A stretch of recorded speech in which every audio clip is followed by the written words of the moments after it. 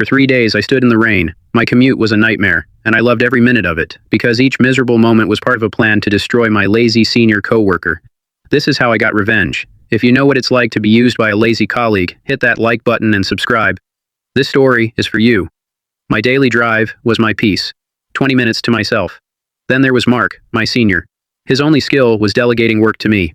A big supplier visit was coming. He made me do all the planning, emails, schedules, everything. But one question remained. Who would drive? For weeks, Mark hinted. I hate driving there, he'd say. You know the route, right? My mind screamed, I am not your chauffeur. I always said no. Then I heard him talking to our manager, Sarah. Don't worry, he said. I'll figure something out for the drive.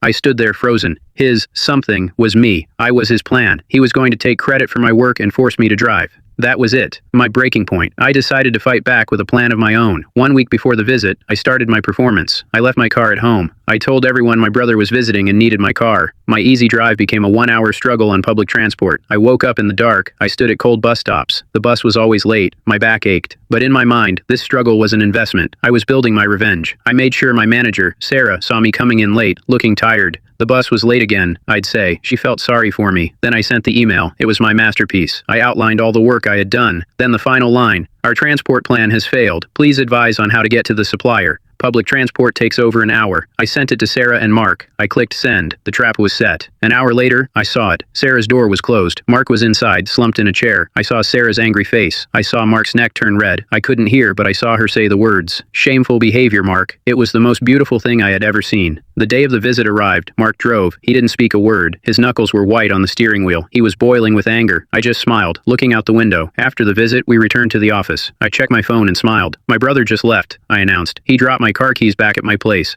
Mark stared straight ahead. He didn't say a word, but he knew. He knew I had beaten him at his own game.